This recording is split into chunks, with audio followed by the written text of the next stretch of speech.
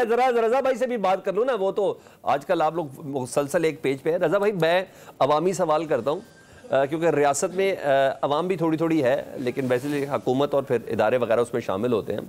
तो उन मासूमाना सवालों में से मेरा मासूम सवाल ये है कि जो इस वक्त पूरा इनफेक्ट इम्पैक्ट है असम्बली के फ्लोर पर, जिस तरीके से मर्जी क्रिएट करने की कोशिश की जाए, वो ये है कि किसी तरह जस्टिस मंसूर अली शाह साहब का रास्ता रोकना है।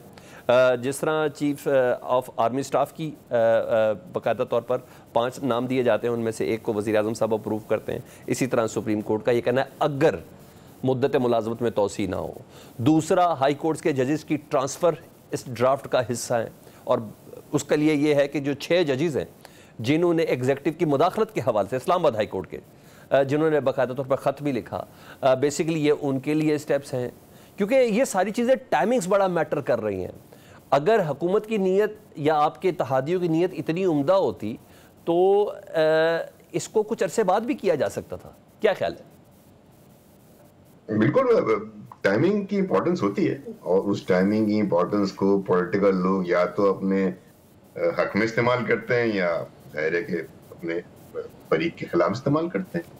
ये तो सियासत है ना, जो आप बात कर रहे हैं तो सियासत है। टाइमिंग तो उसके हिसाब से, वरना तो पार्लियामेंट के पास तो कोई कदगन है नहीं, किसी वक्त भी वो तरमीम या कानून बना सकती है।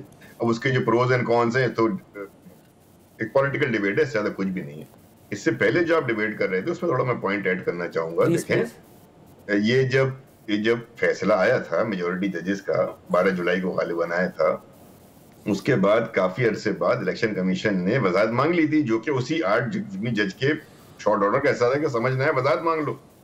तो वजाहत तो मैंने जब तक सुना है फैसला, विद ड्यू रिस्पेक्ट, वजाहत नहीं है, उसको तो उन्होंने रद्द करके एक ऑर्डर दे दिया है ना कि आपने ऐसे करना है, ऐसे करना है।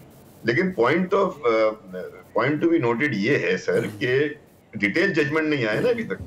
जुलाई से सितंबर आ गया, almost we are 3 months down the line, और अभी तक कोई डिटेल जजमेंट की बुनियाद पे रजा भाई, मैं आपको ना, मैं आपसे सारी बातें में तफसील पे बात करनी है ना, तो मैं आपको बताता हूं, जब ये शॉर्ट ऑर्डर आया था ना, उस वक्त अदालत ने कहा था कि इसकी अभी भी अगर किसी भी फरीक को अगर इसके ऑर्डर को समझने में कोई प्रॉब्लम है ना, तो चैम्बर से रजू करे, कोई ना कोई जज दस्तयाब होगा। फिर इलेक्शन कमीशन ने 6ठे रोज एक अदद दरख्वास्त दी कि सर हमें इबहाम है बैरिस्टर गौहर साहब से मुतल्लिक, ठीक है, वो इबहाम ज़रा हमारा दूर कर दें, इसलिए हम 41 अरकान की डिक्लेरेशन को माने ना माने, करें ना करें, ठीक है। इसको भी काफ़ी दिन गुजर के दरख्वास्त चलेगी। फिर पाकिस्तान तहरीक इंसाफ ने कहा कि जनाब हमारी 11 नशिस्तें हैं सेनेट की, अभी वो आनी है, और ये अभी तक इलेक्शन कमीशन अमल नहीं कर रहा। जो एक अंडरस्टैंडिंग तो मुझे भी पता और आपको भी पता है कि चीज़ों का तरद्दुद है, वो जानबूझ के किया जा रहा है, क्योंकि ये सारी सिचुएशन शायद आज तक इसी तरीके से आ रही थी ना।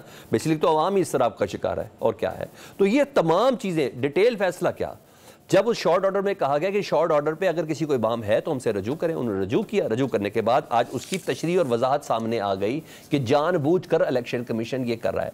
अब कौन से हुक्म की तशरीह रिक्वायर्ड है? मैं जो लोग रिव्यू में गए हैं, बहुत सी मुस्लिम लीग नून गई हुई रिव्यू में, गवर्नमेंट गई हुई है, इलेक्शन कमीशन रिव्यू में, पाकिस्तान पीपल्स पार्टी रिव्यू में गया हुआ है ना। सर रिव्यू में तो जा नहीं सकते जब तक तफसीली फैसला नहीं आएगा। अभी तो वो शॉर्ट ऑर्डर की वजाहत हो रही है। नहीं, वो दरखास्तें तो लग चुकी है। नहीं, मैं क्लियर कर देता हूं सलमान सर, एक सेकंड मैं आ रहा हूं। देखिए, दरखास्तें लग चुकी हैं, सुप्रीम कोर्ट में जमा हो चुकी है, इंतजार डिटेल ऑर्डर का हो रहा है। जब डिटेल ऑर्डर है तो डिटेल ऑर्डर क्यों नहीं आ रहा? जब वजाहत असली डिटेल ऑर्डर है ताकि इस मामले को खत्म किया जाए।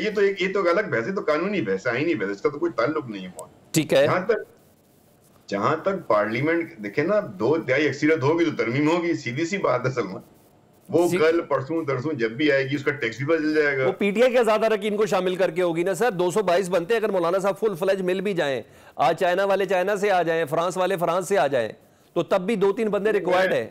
मैं नहीं समझता कि पीटीआई का कोई रुकन जो है ना, वो जाहिर है कि वो तो उसकी अपनी सीट लूज कर देगा और वोट काउंट भी नहीं होगा, क्योंकि पिछला भी एक मामला अटका हुआ है ना, वो शाइक साहब जिस साहब में बताएंगे, 63A की भी अपील पड़ी हुई है। ठीक है, 63A के फैसले को भी उस जजेस ने और जो माहिरीन ने कहा था रीराइटिंग ऑफ द कॉन्स्टिट्यूशन हो गया। ठीक है, उसकी इंटरप्रिटेशन जजमेंट को लोग दुरुस्त नहीं मानते। ठीक है, तो बहुत सारी चीजें अब एक कॉन्स्टिट्यूशन अमेंडमेंट में आ गए हैं, दोबारा 63A भी इन्वोक हो रही है, तो 63A का जजमेंट भी नहीं है, सारी चीजें सुप्रीम कोर्ट में अटकी हुई है।